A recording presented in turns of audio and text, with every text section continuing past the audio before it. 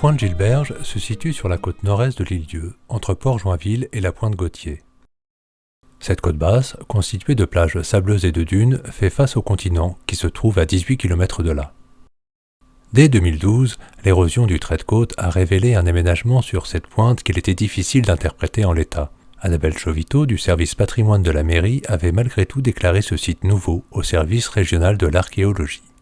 Puis, en 2024, un promeneur, Raphaël Chauviteau, fit une découverte prometteuse. L'érosion s'étant accentuée sur cette pointe, un crâne humain est apparu sur la falaise dunaire. Ce site funéraire était alors menacé de disparaître à court terme sous les coups de butoir de l'océan. En l'absence de données suffisantes pour caractériser et dater le site, le service régional de l'archéologie a prescrit une opération préventive réalisée du 16 au 18 avril 2024 par la société EVA sous la direction de Chloé Martin. Ces premiers travaux de recherche ont permis de réaliser un état des lieux et mettre en évidence l'existence d'une architecture complexe avec un coffre de pierre au sein d'un monument circulaire le recouvrant. Les éléments osseux collectés furent ensuite envoyés en laboratoire pour une datation en carbone 14. Quelques semaines plus tard, les résultats tombent. L'échantillon osseux date de la fin du bronze ancien ou du début du bronze moyen, soit entre 1600 et 1500 avant Jésus-Christ. Cette période est l'une des moins bien représentées sur l'île-Dieu, avec des vestiges extrêmement rares. Plus largement, dans la région des Pays de la Loire, les sites funéraires de l'âge de bronze sont peu nombreux et souvent mal documentés.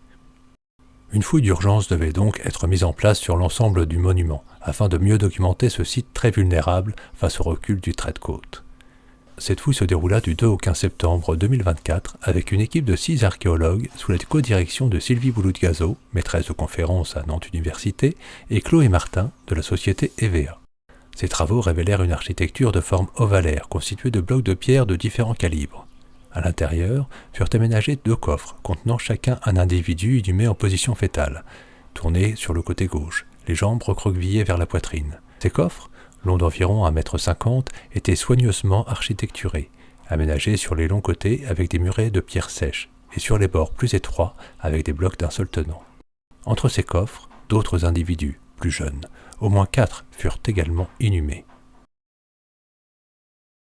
Les tombes n'ont livré aucun mobilier conservé et seuls quelques fragments de céramique, une grosse perle en os et des outils de pierre, sans doute plus anciens, ont été découverts dans le monument. Divers relevés furent réalisés et les ossements prélevés pour des analyses en laboratoire. Les opérations archéologiques sur ce type de site naturel et fragile sont toujours très complexes, car les chercheurs doivent intervenir sans accentuer le phénomène d'érosion. Pour cela, ils ont été contraints de proscrire les moyens mécaniques, comme une mini-pelle ou des engins de levage, afin de préserver au maximum la flore environnante qui maintient la dune. La fouille fut donc exclusivement manuelle, et les pierres et sédiments prélevés furent soigneusement entreposés sur la plage à proximité du site. Après le passage des archéologues, le site fut rebouché et remis en état. Un filet en fibre végétale fut disposé sur la pointe et le site fermé pour quelque temps au public, afin de faciliter la repousse de la végétation. 8 mois plus tard, l'intervention des scientifiques n'est quasi plus perceptible.